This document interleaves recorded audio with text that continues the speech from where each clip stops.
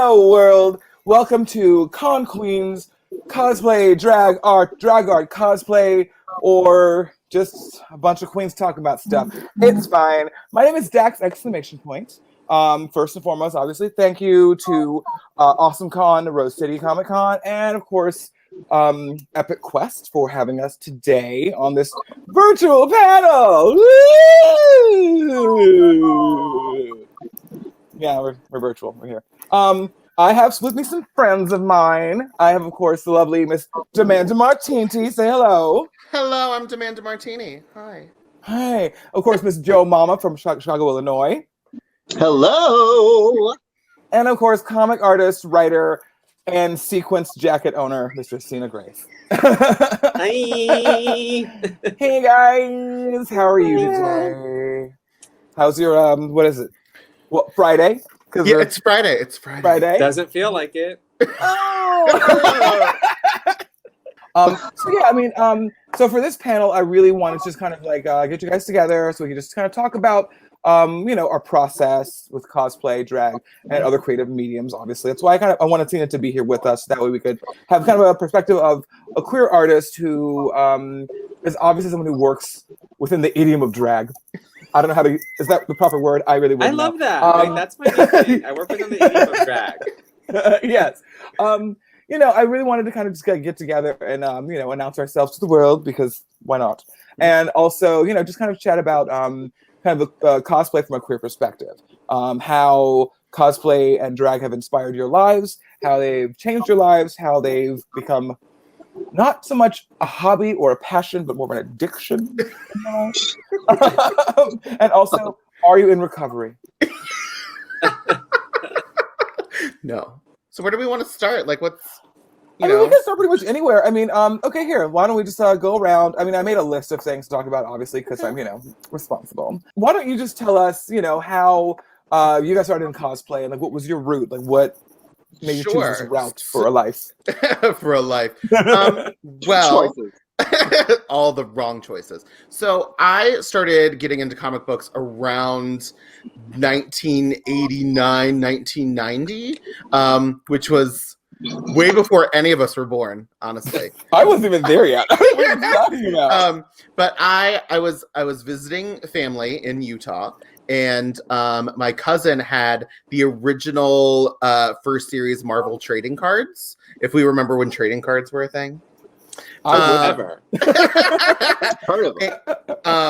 And I came across Kitty Pryde, and it was Arthur Adams, and she was holding Lockheed, and I was like, oh, she's so cute, and she's got a little purple pet dragon. And then I came across Rachel Summers, and she was like all on fire and cool, and I was like, oh, these two ladies are cool. And so when I turned the card around, it turned out that they were both on the same team, Excalibur, and I was like, all right, I'm in. Like, where is a comic book shop? And so I got into comics, got like into Excalibur, which then got me into X-Men, and it just sort of blossomed from there. And I, as most sort of like queer nerdy kids, well, most nerdy kids in general, you start creating your own characters and whatever. But all of my aesthetic was always like female superheroes. And so then, as I became like more in touch with like my queer self and was like, you know what? Also drag. It's going to be a thing in my life. Because, she has a theater degree. I don't know if you guys can tell. She's a theater major. School for the arts. So like performance is always a part of my life too. So like drag, superheroes, performing, it just kind of all came together. Like one of the first drag looks that like I came together was Dazzler. My my Outback Dazzler, because she's the best. And and then many years later, and lots of trial and error, she just got more into drag. And then I did the Captain Green Lantern competition, and that sort of like spawned up where Dax literally is screaming, "It's the drag queen! The drag queen's gonna win! The drag queen!" Yeah, it was very rigged. I mean, I didn't even know her at that point, which is hilarious. But yeah, so then like well, look, you know, but you were the only one in that contest not wearing like a jock strap and calling it a costume. So I was like, we're done here. We're done. Like, I mean, it's like, are we already at that part where we're talking about cosplay? That's like, we'll circle back around to that. That's on my list also. But yeah, and I think like again, meeting Dax, meeting you, and you know, and then through you, Joe, and other drag queens who are nerds and enjoy cosplay and all of that stuff. I think it just was like, oh, there is a spot for me, and this is something that I can do. So yeah. And then she put on a blue ponytail. Yeah, I mean, and you're right. You are right though. I mean, like I am very inspirational. I do inspire the world to create themselves as they see fit. It's what I do. But Joe, I don't think we've ever really talked about how you really got into cosplay originally, Joe. I mean, me and Joe go way back. We've known each other since, I don't know, like 1999, when we were both 5 in the sandbox. Right, and I was like, "Oh my God, what's this stranger doing in my sandbox?" And I was like peeing. Yeah, I don't. But yeah, I mean, how did you get like really into drag and cosplay? Because I mean, like I feel like at the point when you started doing drag, we had kind of separated paths. Like I think when we like first became friends. Okay, I'm gonna just go ahead and date myself. Joe's claim to fame at this point was being shown in the background of Dennis Dickinson's modeling agency, dejected after being not picked. Like, and look at her now. I was paid to show up and be on that reality TV show and to walk back and forth, to sit here, look happy, stand there, look sad, and get my $250 check and go home. And I did. Professional. It was great. It was great. I did a lot of work out of that 5 seconds on screen. It was so good. But then after that, I mean, like, I feel like we kind of, I mean, you moved to Chicago from there, and I just bummed around Savannah for God knows how long. But like, what got you into cosplay? Because I feel like we didn't really discuss a lot of nerd stuff then. Well, yeah, I think it was like Kim Chi was the one who was like, "So what was Joe like in college?" And you were like, "Quiet." Joe was actually really quiet, which is not the case now. But for me, I was always definitely in the background out of a lot of things. I like to sit there and watch and learn like a good nerd does, and just take it all in. So like even taking it back to growing up, I couldn't really like afford a lot of comics on my own, so I'd get them at the secondhand shop, Salvation Army, when you get like, you know, $1.50 for a pack. Yeah. And then I'd read through all.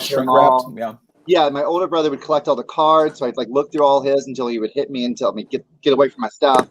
I'm like, but I've always been a huge fan, especially of like action heroes, and that drew me further into comics, especially like Green Lantern Corps. I've always been the biggest fan of that specifically. And then I'm a big, you know, Wonder Woman, super fan, especially Supergirl, big on that whole thing. But then fast forward to college. Right before then, I don't know, there's one club that shall not be named that got shut down in Atlanta that was doing an HIV/AIDS fundraiser, and I grabbed my mom's wig and her little like cat suit, threw on some lipstick. I mean, as one does. Honestly, yeah. I mean, I'm gonna go back and talk about our first times in drag at some point, but Joe's already starting it off. So right, but then threw on the lipstick, did the thing to Mariah Carey's Fantasy, bombed. I thought it was great. I think I made $2. Best $2 I ever got in my life.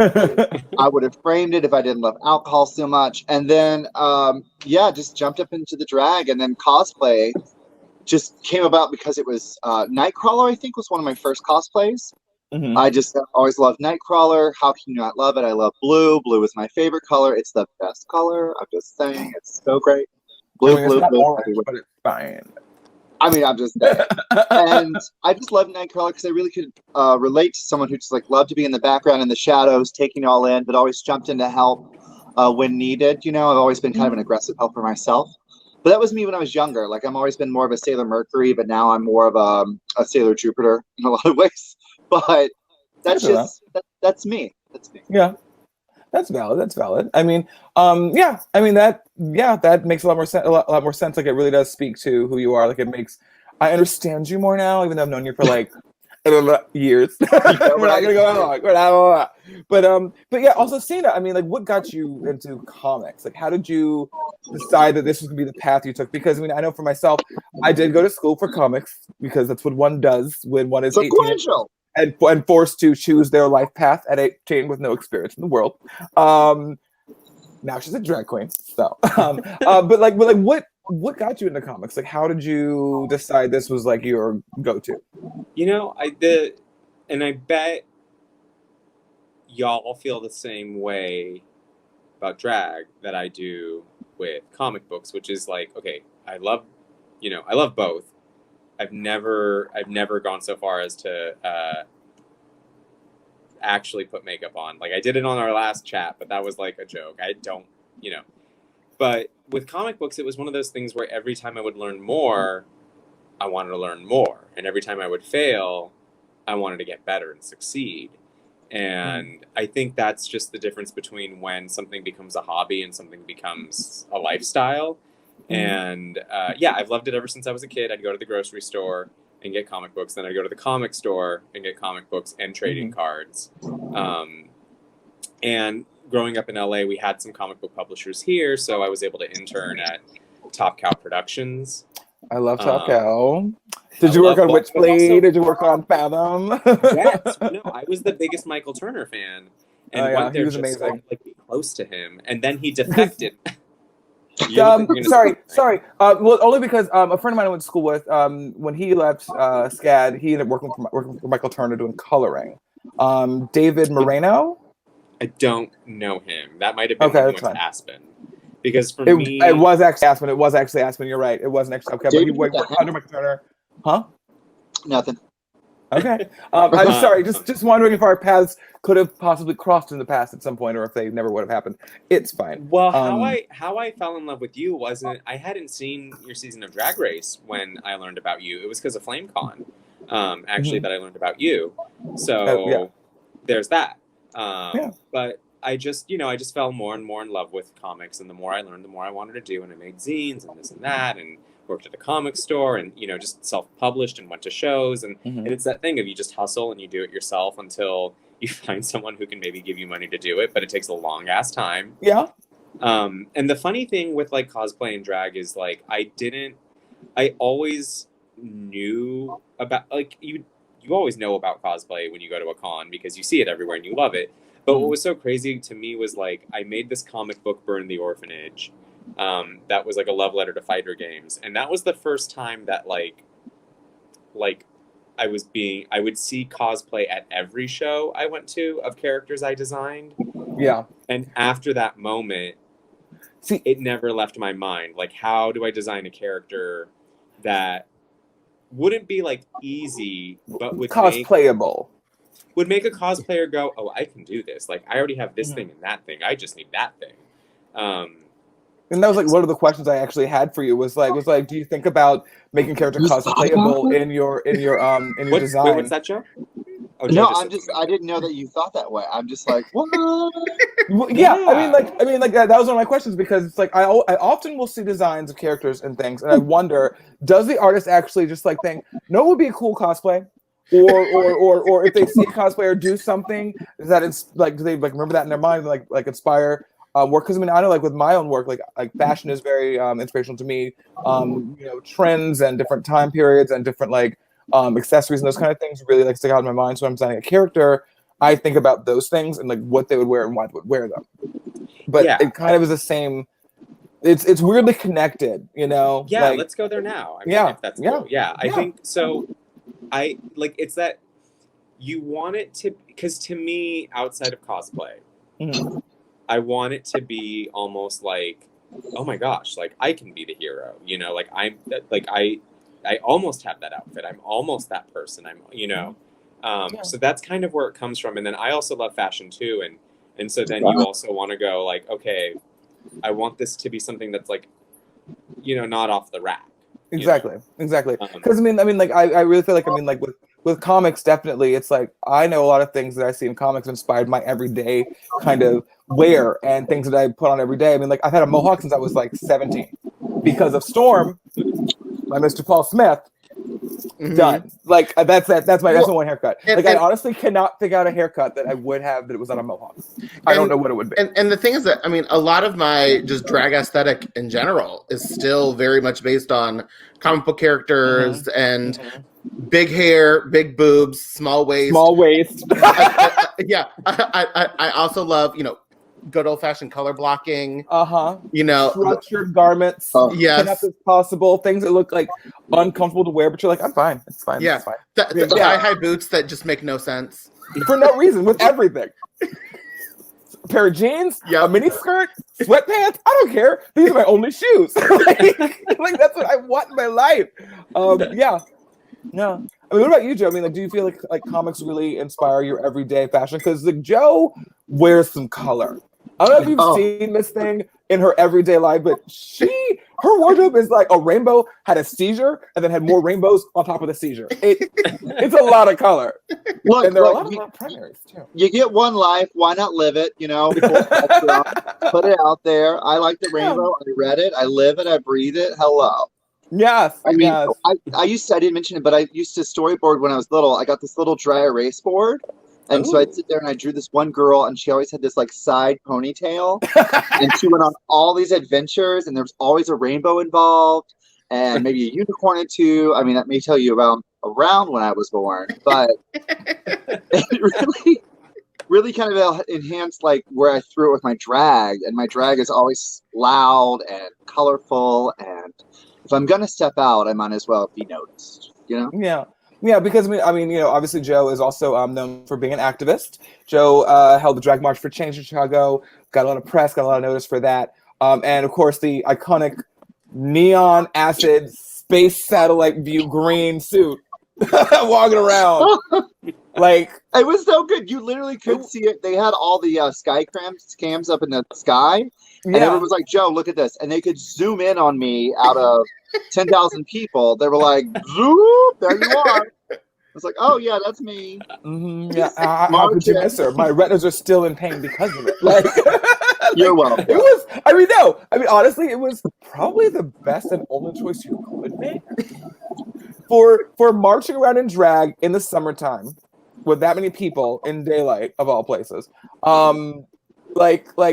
You're not going to wear a cocktail dress to that. You're not going to, yes, you want to wear a cape, but should you wear the cape?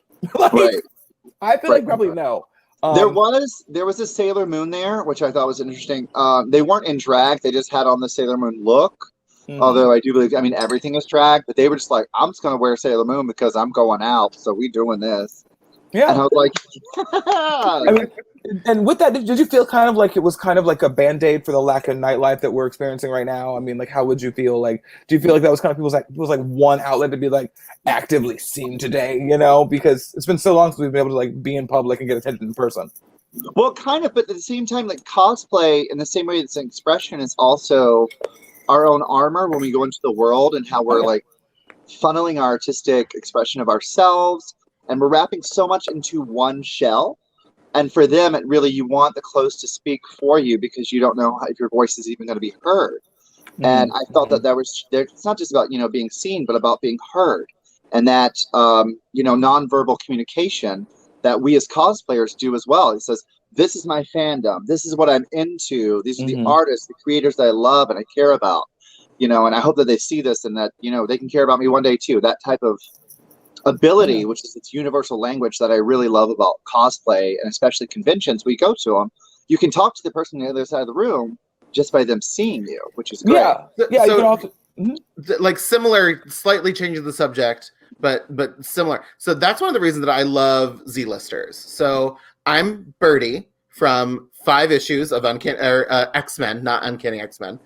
So she was in 1 issue of X-Men, I think it was like X-Men number 4, and then the 4 issues of the Sabretooth miniseries in like 1991 before she died. Yep. And also the Street Fighter video game. Marvel. Yeah. So then she was in the Street Fighter video game as the assistant of Sabretooth. So like she was like his special move, and she'd be like, "Yeah, boss!" and like shoot people. That's the line. That's the line. Because she's got her giant stupid gun. Gotta have it. Stupid gun. But anyway, one of the reasons I love it is because it means that when people recognize me, it's like we already have a conversation that we can start to be like, oh my God, like I know this character, and that's like super random. Like one of my favorite interactions is I was at Farpoint convention, and I was we were talking about cosplay and all this stuff, and this woman from the audience mentioned or asked a question of who your favorite character would be, or who like your dream cosplay would be. And I said Cerise from Excalibur, and she was like, oh my God, like me and my husband, our first cosplay that we did together was Kitty Pryde and Pete Wisdom. And I was like, oh my God, what? And I was like, girl, where were you yesterday? I was Tangerine. And she was like, you get Tangerine? And like, so like we totally like bogarted the entire panel talking about all of this Alan Davis Excalibur run nonsense. But then after the panel was like, we kept talking. I was like, girl, and I did Scatterbrain, and that's like my jam. And she was like, oh my gosh, like I never find anyone to like talk about this stuff. And I'm like, well, girl, also we're at Farpoint, so Star Trek, Star Wars, lots of Farscape, lots of aliens. Like there were lots of people who were dressed from like the company from the Aliens franchise, which is weird. But so like you find those people who are like super into stuff, and that's like my favorite part is finding like those people who love like the stupid, obscure nonsense. Well, and like Dax, you have this amazing ability to read somebody's personality by what they're wearing. So like Dax is like, watch out for that Deadpool. It is not reading, it's judgment.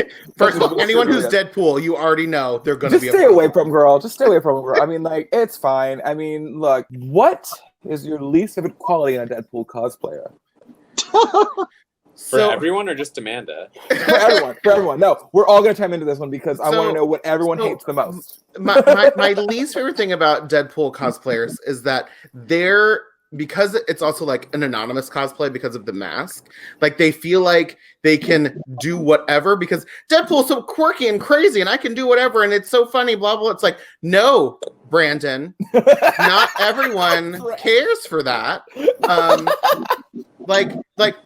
They love to ruin pictures. They love to like pick people up. It's like, don't touch me. They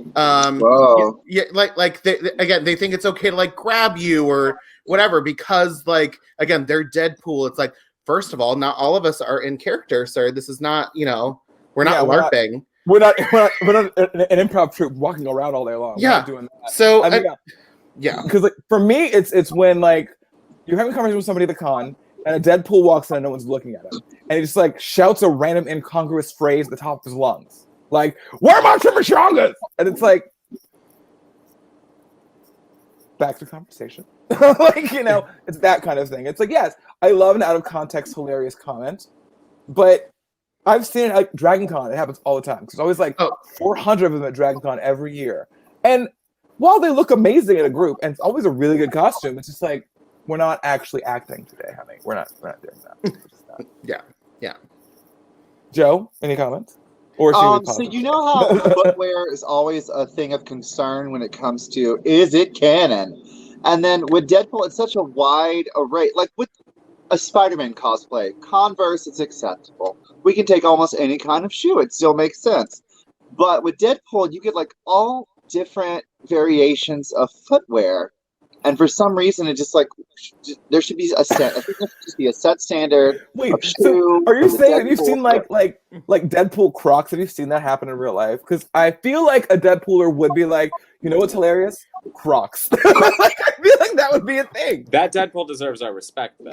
Honestly, yeah. Honestly, I'd be like, you know what? He's annoying, but his shoes are hilarious. So, at the end of it, or like clown shoes or like wooden clogs, but again, just a croc made of wood. I can do that. I can do that. I mean, because there's the cosplayer who does like drag pool where he'll wear like the big red beehive and like the big like platforms like that. That's I love that. At least a little more funny, and it because there's like a context to it. But it's usually like the dudes who are just like Deadpool that are usually the problem. With no shoes that are just like straight up morph suit, no shoe. Like, don't worry about the bottom of my feet, and definitely don't look, even though it's probably contagious. Like, I don't know. Yeah, it's very contagious. No dance belt, which is I mean, fine. My favorite, there was a Candy Deadpool, and that was still my favorite like crossplay I've seen of the Deadpools. I mean, I love a good mashup, though. I mean, even though I feel like, I don't know. I mean, as a cosplay purist, I'm always really torn on people that just kind of like take liberties with their cosplay. Like, I mean, like for me, like editing something to make you more comfortable in it, or that's more flattering for you, or that just makes it like, you know, like a well-rounded cosplay is one thing. We just kind of start like going like just like haywire with just like either adding things that are unnecessary or like stopping halfway there. Always kind of bugs me. But like I do love a good mashup though. Like Dragpool, like you said, delightful. There's one, I want to say his name is Merpool. He does Deadpool, but as a mermaid. Yeah. Mm-hmm. Yeah. Another genius. Like what even is that? Like, I think I saw Grandma Deadpool at New York Comic Con, which was also, and that's the thing. It only annoyed because it's like Amanda said, like it's typically, and it's the most annoying when it's like the basic Deadpool is also the most annoying Deadpool to be around. It's like you didn't do that much. Like chill. Whereas like if Grandma Deadpool photobombed, I'd be like, get on in, sis. As far as like adaptive cosplay, like there's a cosplayer that I follow. I met her at Farpoint again. Jen Gliznak. She and her friend Sarah Gobra, they do like Renaissance, like historical costuming, and girl, I'm talking like they make their own corsets, they hand dye all of their own silk. They like their process is crazy pants, but and so they do a lot of Disney princesses, which again, well, fits a skill set. Yeah. But like again, so my favorite one that she does is the stepmother from the live action Cinderella. So what's her name? Lady no, I'm talking about the actress. Yeah, just Kate Winslet or Kate, the other one. No. Hella. It's Hella. Hella. Oh, Kate Blanchett. Yeah, Kate Blanchett. One. So she hand dyed all of that silk, that like acid green color, and there's also like two underskirts. One's red and one's yellow, which I had no idea were a thing until she made this costume. But so she got the pattern from the actual costume designer. So the top bodice is one piece of fabric. There is not a seam in it. It's not pieces. Whoa. You just have to hand drape it and then stitch it together. When she was going through, I was like, girl, you are insane. Like I thought that I was crazy, but girl. Yeah. I know neither of us really do like period, kind of cosplays that often. I just love like kind of like mashups of like different time eras with superheroes. Like I was going through Instagram the other day and I came across a girl that is like a Victorian rogue, like a steampunk rogue. And she even had like a winged jetpack because that's how Rogue flies. And I'm like, the fact that I was like, I saw it, I was like, oh, that's how she flies. Like I wouldn't have thought to like do a steampunk Rogue and like include like contraptions to give her powers. I'd just been like, she's Rogue with the same powers, but now she's in a corset. But like the details she put in, it's like I saw it and I was just like, oh, well, that makes sense. No extra thought needed. It's fine. Like I love when cosplayers do those kind of things, like especially when they just add their own twist to things, but then like a really overly detailed, super thoughtful way, Well, especially when they like do that extra research. There's so much like I learned from doing it because you put on the costume, you're like, okay, well, and then you're like, oh, well, this cape makes sense for the superpower because they're going to need it for this motion, or of course. That's why they wear this belt, because she's got to hide this seam, because that's the other way she made that costume. It's just like, it makes sense. I get it. Wonder Woman wears a crown for a reason. You're like, oh. but also, speaking of Diana, it's like when I made my Amazon costume, which of course is Storm and Diana combined, because that's what one does. Always growing up, I always hated that Diana wore like silver bracelets with gold accessories. I was like, why is she wearing silver when everything else is gold? This makes no sense. But then I made the costume and I tried it with gold bracelets and it looked terrible. I don't know why.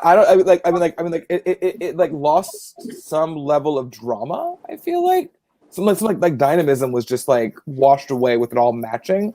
And then I put on silver and I was like, oh, there it is.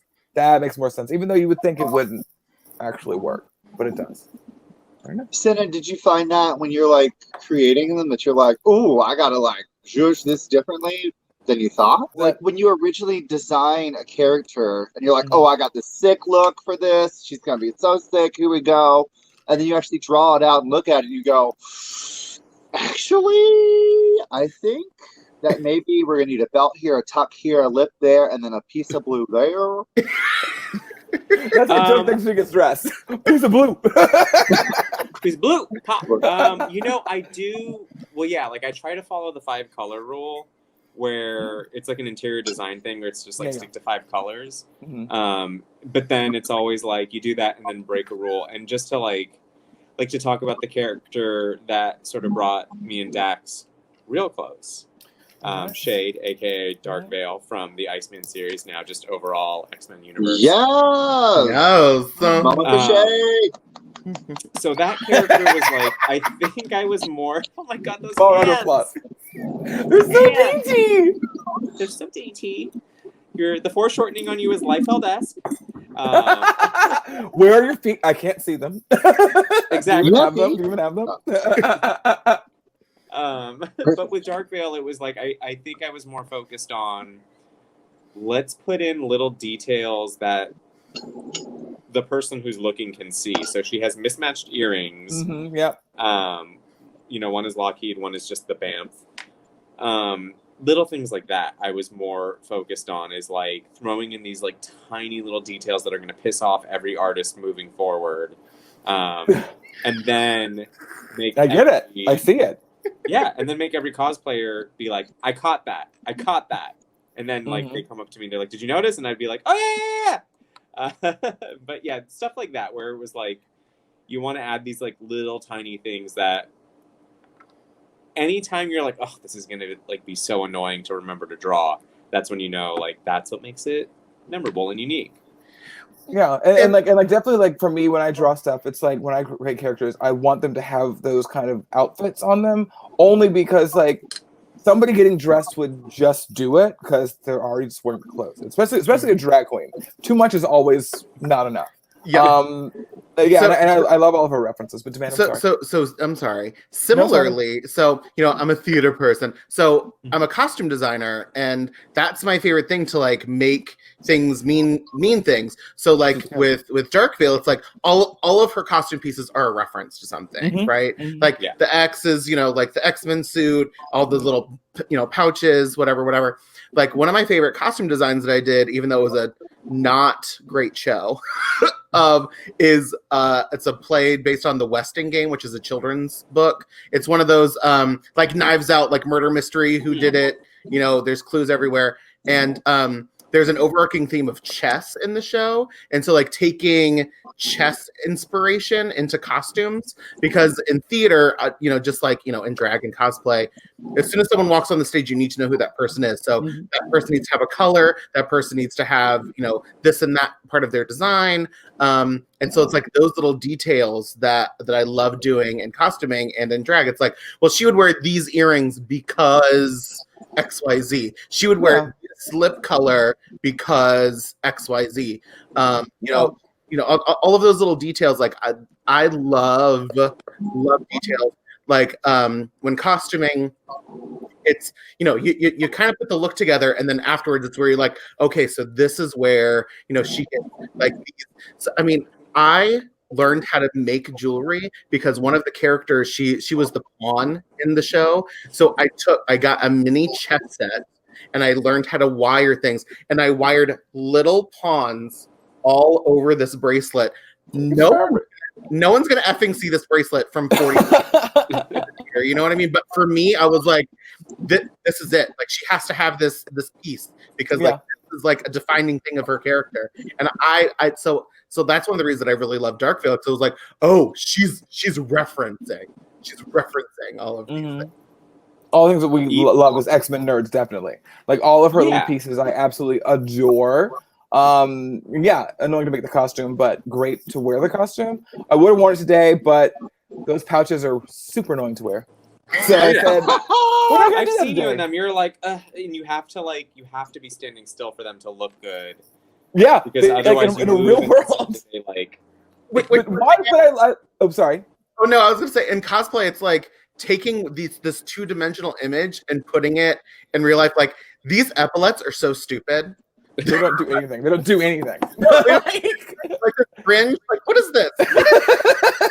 It's like, someone in the 90s thought Jim Lee was like, she needs epaulets. She needs these big square shoulders.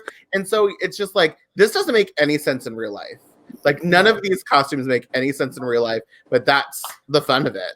Yeah, totally. Because obviously, cosplay, we all have those ones that are just like super annoying to wear, but we love them, but they suck to wear. I mean, and but it's just hard to kind of translate, like what looks cool on a page into reality. In life. Well, right now. What? Well, because in the future, as technology progresses, so Dune the preview just came out. More shoulder pads. And I'm super excited for the old Dune costumes that I've tried, because I've done this butterfly dress 5 times. So I'm super excited to see how they do it.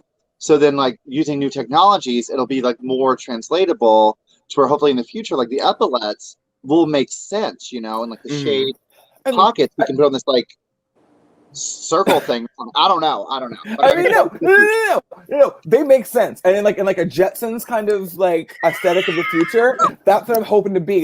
7 of 9. I want my heels attached to my pants at all times, even though it would kill me. But I still want it. I want that built-in corset with the weird waffle kind of mesh. Built-in boning. double corset, so you literally can't move, stand, or breathe. Double corset. No way to pee at all. Weird boob cages that hold them separately but away from your body. Built on heels with no visible zippers. It looks comfy. I want it. It is not bad. It is not bad at all. Not. Because I was watching Voyager last night, and at some point Cass is walking by, and I really hate Cass, but I kind of love her outfits sometimes. And she's wearing like tangerine colored tights, but her heels are built into the tights.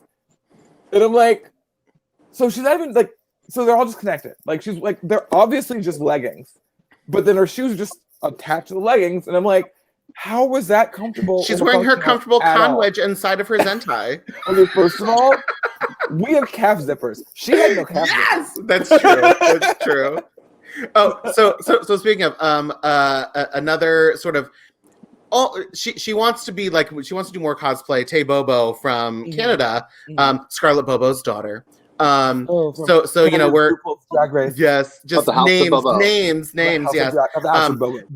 But Tay really liked our Hellions uniforms, so I was talking to her about it, and she was like, "Oh, so what do you do when you order a thing?" I was like, "Well, you need to get the wrist zippers and you need to get the ankle zippers." And she was like, "Well, what's that for?" I'm like, "So the wrist zippers, that way you can put your wig on after you already get your outfit on. You just unroll your hand. You take the thing off." And I was like, "And the ankle zippers, that way you can get your foot out, put your con wedge on, and then put it over your shoe." And she was like, "Oh, I didn't even think of it." I was like, learn the lesson now, because we've already learned it for you. For those out there who don't know what a con wedge is, a con wedge doesn't have to be a wedge. Basically, it is a sensible heel that you can wear all day long and not want to kill yourself in.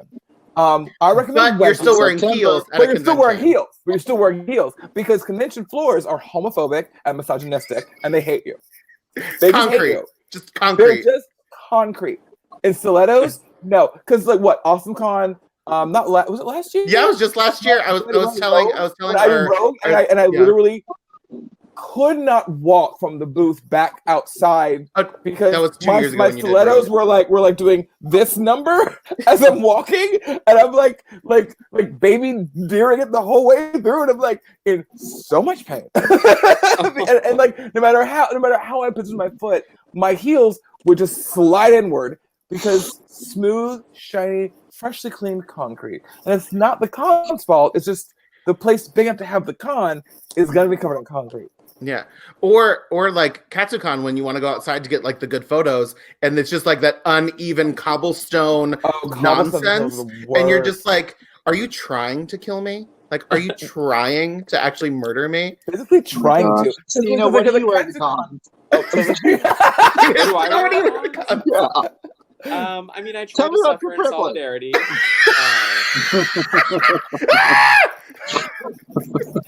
Well, you know what? Here's the thing: is I do like, and this is like to get a little bit serious. Is like I always think about, especially when I was promoting Iceman, and when I'm on a panel and I'm representing Marvel Comics, but I'm also up there as myself. You know, on the one hand, I want to be there and try and win everyone over and try and get everyone to be Team Sina, buy his book. This gay person can write any character they want. But on the other hand, I'm up there and I'm like, I want to let every turbo gay kid out there watching this, seeing this, viewing this, whatever. I also want them to see that you do not have to quiet yourself to be in the limelight. You do not have to silence your fire to have the same gigs as all those bald straight men named Brian. Pick one. They're all bald and named Brian. Honestly, she's not completely wrong. It's not even a read. It's actually an observational comment. That is statistics. Statistics. Oh, this fistful of Brian's, though. So I do think about it. I do think about what I'm wearing, and I do think about not compromising. Like, I do actually try and be a little more loud than less loud, because I want you to know I'm gay when you look at me. I want you to know that, and I want people who are a generation younger than us, 24-year-olds here, to be like, oh my God, I don't have to be me.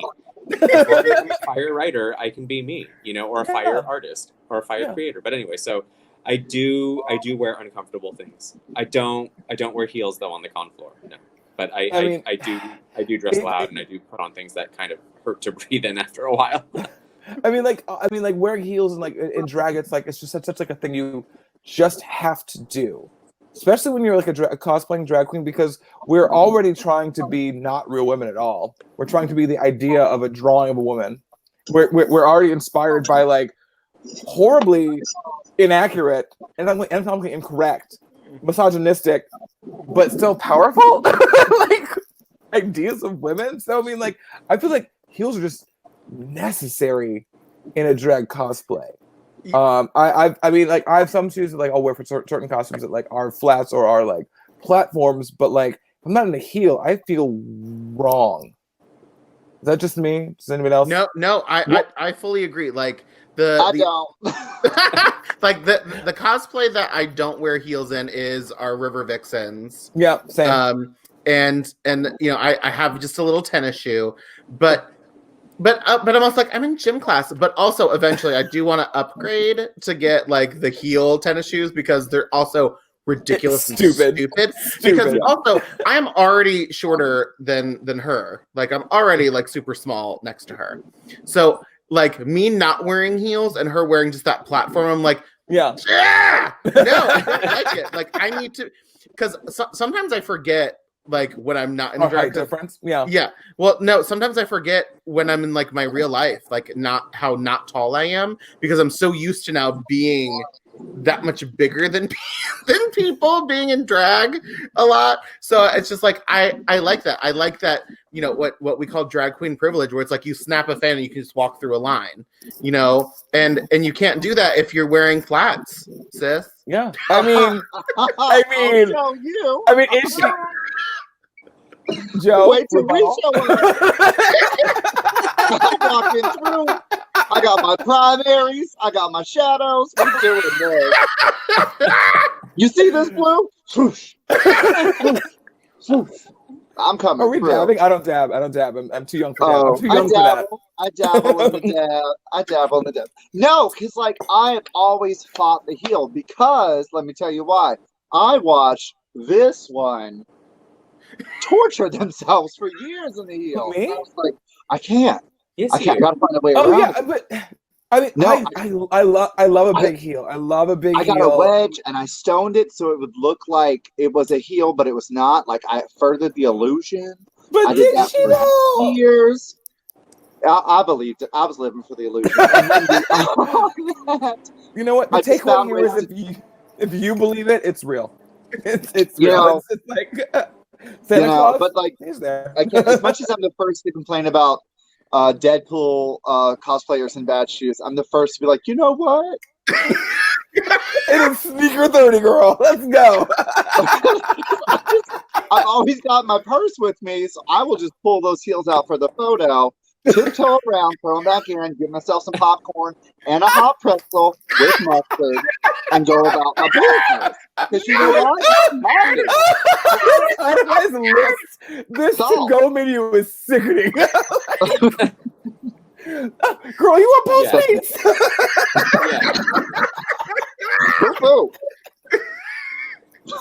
Yeah. First of all, Joe, we need to do more cons together, and by more I mean like one, because I love it. It's coming. It's coming. We're blocked by COVID. It's blocked. It's so offensive.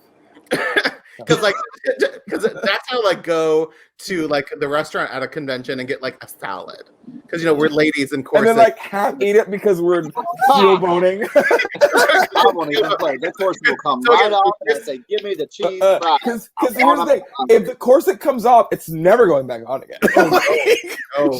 She is done for the day. She is wrapped. That is inner shooting for her. She's done. Ladies and gentlemen, thank you so much. Thank you so much. Corset has been wrapped. Yeah, reset back to what? It is. If y'all have never seen Dax put a corset on, it is an Olympic event. I'm like, give them the gold medal, because they are in there just pushing and squeezing. Yeah. Girl, I've worn a corset for so long. I say that my entire body is just collapsible at this point. I'm a drag queen. I'm fully adjustable, girl. I will fit in that outfit by way somehow. It is happening for you. Because Sina, all this comes off. Me, I kind of want to. I haven't. I have no experience in this. And listen, this is I knew from a young age.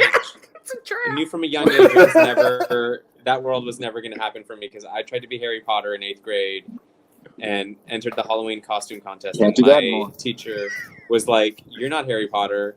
You're a boy in a cape." Little young boy in drag, why are you crying? Little boy in cape, why are you crying? It was literally that. Obviously, one day, Demanda, Joe, and I will come to LA. We'll crash in your house because we'll be very poor from getting to LA. And then we will put you in drag, and we will make you make a fool of yourself in public, like we do every day I'm of our making a lives. comic with y'all three, so that way we can this is now a business venture, so we are all hanging out. It's a write-off. It's a write-off. Jax is like, yeah. I'm into it. Because, and then, that way just hanging out with you will be a write-off. Yes. Have you ever worked yourself, did you ever design your own superhero for yourself? I did the lazy option. I did a bunch of memoir, autobiographical comics. Yeah. Mm-hmm. So it just, I've made canon my normal wardrobe. I remember one time, Demanda and I, we were on a panel and we got asked, what kind of tropes do we hate seeing? But what kind of tropes do you love seeing? What do you know is obviously a cliche and been done to death, but you're like, yes, do it again. Anybody? Sailor Scouts. I'm sorry, elaborate. Seeing a squad of Sailor Scouts. I feel like every convention, I'll see because listen. Can I just I just want to tea. I thought you said Taylor Scouts, and I know how much you love Taylor Swift, so it was very confusing. It was like, wait, you've seen Taylor Swift Scouts? Taylor Scouts. That would be cool. Taylor Scouts would be cool. I don't know if they're scouting other Taylor Swift fans. Yeah, or they're just all sad and having their heart broken. Or if they're Taylor Swift Sailor Scouts. Tinker Taylor Sailor Swift Scouts. That would Tinker Tailor Soldier Sailor Scouts? Are we pitching a book right now? Because I bet. Hello, Netflix. Is it happening? Are you busy? Hello? We can make a zine out of that. Tinker Tailor Sailor Soldier. Well, all right, I can't remember. We got each other's the bones are there. The bones are there. It's fine. But Sailor Scouts. Yes. I tire of Star Wars cosplay. When 90 people are like, look, we're the cast of A New Hope. But my ass will always go hog for just, either going all 5, all 9, or going all 12 or whatever when they just get real super S with it. Mm-hmm. I'm always down. Yeah, totally. I fully agree. I love Sailor Scout cosplays. I love them. I love when people do mashups with them, or when they flesh up fan art. I love a girl gang Sailor Scouts, always the angry bad girl Sailor Scouts, but they're still Sailor Scouts. I love that all the time. Samantha, any tropes that you love to see? I love the X-Men in general. So I love I love when it's just like a whole bunch of people are X-Men together. Like that's like your squad. Like, are we talking like cosplay? Or are we just talking like tropes in general? Just in general, like in cosplay, in work, Oh. in books, in movies, Yeah. and TV. Because I mean- last night I watched Mulan, but a lot of tropes from like old martial arts films were in there. And like even though like I love a good running on the wall sequence, we could do with less of those. I feel like 3 is enough, girl. Like I feel like we're good. We got it. We get it. Cheer, whatever. Cool. I mean, so tropes that like a trope in general that I love, and I know it makes me a basic white woman, but I mean, I'm a suburban white woman. I love a terrible romantic comedy. Like I love them. I fall for them every time. I was actually super mad yesterday. I couldn't find my copy of Something New starring Sanaa Lathan and Simon Baker, and I literally like tore up my DVD collection looking for it. I left it at my mom's house when I moved out 3 years ago. And so we were over there for Labor Day, and I was like, thank you. That needs to come home with me because I need to watch it. Because it's always like they meet, they don't like each other, they start dating, there's the problem that happens, so they break up, and then they just come back together in the end, and they're all just happy, and I love it. I mean, it's a choice. I mean, it's terrible. Listen, choice. I said it was terrible. I'm just saying that I like it. But is it better or worse than Taylor's Scouts? Because I want to know. I want to know how we feel about it. Taylor's Scouts. But in cosplay, like I love it. I love right now. I love a good group, and I love a good diverse group where it's not, again, like Sina said, it's not just like, oh, it's the cast of A New Hope, or oh, it's, like I love when it's like the most random team assembled of like X-Men, or I like one of the reasons that I love that X-Men photo shoot that I went to at DragonCon, because it's like it's not just like 1,000 Wolverines. It's like, because don't get X-Men fans started. Like they will try to obscure you. They'll be like, oh, so you like Birdie? Have you heard of Explodey Boy? Have you heard of the Squid Boy? And I'm like, excuse me? I'm like, first of all, yes, I have. Second of all, well done. Yeah, no, X-Men nerds will definitely do that. And that was my follow-up question to that is Wolverine. Just why? Because back hair. Because back hair representation. Oh my gosh. But no, Joe, what's your trope? What's your trope that you like? I had to think about it first. No, I'm kidding. Steven Universe. I love it. I love when you encounter, which these days it's impossible not to run into, like 50 Stevens running around. I love it. They all have their ukuleles. They're all in the best mood. It's like the best vibe. When in the craziness of cons, you see an army of them, and you're like, okay, this is my happy place. This is where I can zen out. They're not going to hurt me. Like, it's like a really, they usually have like tape or a stapler or something, whatever you need, like the little cosplay kits. They're there for you. Because the backpack. Yep. I mean, if I ever needed like an army of assistants, I would just enlist an army of Stevens, and they'd be like, "I got you. What you need? What you need? You know why? Because they're in flip flops. Also, that part. Flip flops, shorts, backpack. They're good to go. Because like at FlameCon, there was a panel that was just like Steven the Steven. So it was like a bunch of Steven Universe cosplayers all singing like a cappella Steven Universe songs for like an hour and a half, and that was the panel. They all had ukuleles. They were all Steven. They were all in the best mood. It's like all the songs. Were any of them watermelon Steven though? They were not, unfortunately. Oh my god, that would have been adorable. I mean, because I have my Steven cosplay always ready to go, and it's a good go-to. It's harmless. It's a great show. Rebecca Sugar tipped me for the last time when I did my fusion cosplay. So I mean, no big deal. No big deal. Oh, me too, though. I didn't know I was with a celebrity. Me too. Yes. We were in that show. It was so great. But like, I just love everything about that show, and so I think that's one of the main things. I think is when it comes to a favorite of the tropes is the energy that the whole group carries. Like for X-Men, we have the nostalgia, the power, the thing that being X-Men represents, being not represented, and then the repression and us finding an identity in that. Same thing with TV Universe. It's like Sailor Scouts, even like we can pull that from the trope. I find it interesting that you both brought up Steven Universe and Sailor Scouts, which is also the trope of Magic Girl, like the anime Magic Girl thing, because they're both that thing where instead of just fighting people, they use their power of love to make friends out of their enemies. And I think that's not even like troped enough. Like, please exhaust me. Please keep spreading that. Like, I love a magical girl. Magical. Always fluffy skirts and fighting crazy monsters, but also looking adorable the entire time. Super into it. More petticoats? I think we need more petticoats here. I think we do, girl. I think we need a petticoat here. My life. Yes. I mean, I love imagine like Ray-Earth is what I love the most. I love Ray-Earth so much. Sailor Moon, of course, I love. I want to redo all of my Sailor Moon costumes. I want to do Moon one day just because I have a black cat. Put her in drag with a sticker on her forehead. Bam, it's Luna. Cat in cosplay. How was it not happened yet? Because I don't have a Sailor Moon costume yet.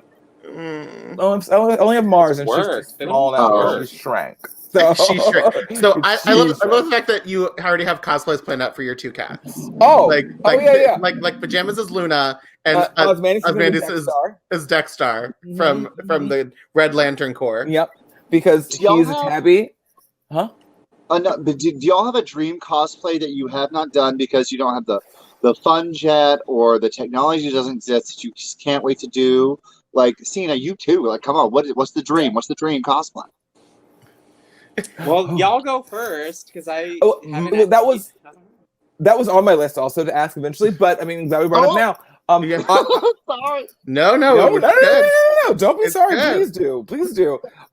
I don't have an answer for mine yet. Oh no, I do. What? Luna Noir from Monster High. Yeah. Because I want to be a creepy, hyper-realistic cat person with like fully fluffed fur and like the mirror shattered corset dress and a pop star, but also a were-panther.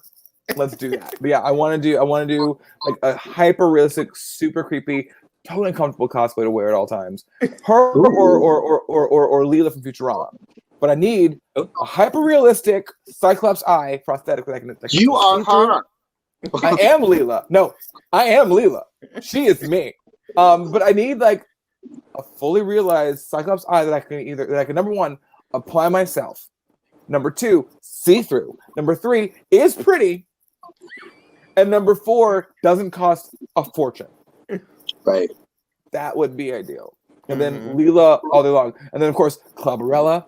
Because that's happening second, obviously, after Leela's first eye. Like, Clavarella, duh. Yeah, that's the real dream. I got mine though. I'll buy Demanda time because I know she doesn't have this ready already. If we're talking drag, I would love the budget to just like go full hog and do like a Lady Gaga drag because I feel like I could like get it down right and show Fifi O'Hara how it's done. I mean, look, I know her, but I'm calling I like her. No, whatever. She'll be like, I don't do it anymore, so whatever. I'm twitching. Yeah. Oh. End of list. Like. And then I think for cosplay, I lost it. I just had it and I lost it.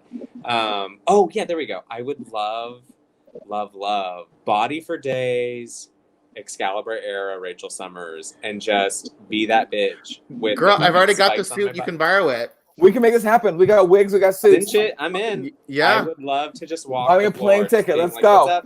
Yeah. So speaking of Rachel Summers, my 9-year-old niece agreed that for Halloween she's gonna do Rachel in the Dark Phoenix costume, and I have Jean in the Green Phoenix costume. Yeah, we're gonna be so cute because she has long red hair. So I'm like, girl, we're just gonna put that in a long braid. It's gonna be so cute. But my dream is also Excalibur because duh. But Cerise, I mean, I want full feather hair because she is Shiar. Like, I need feathers in the magenta, white, and black. I need the big ponytail coming out of the top of that dumb headpiece that makes zero made of feathers sense. too, kind of.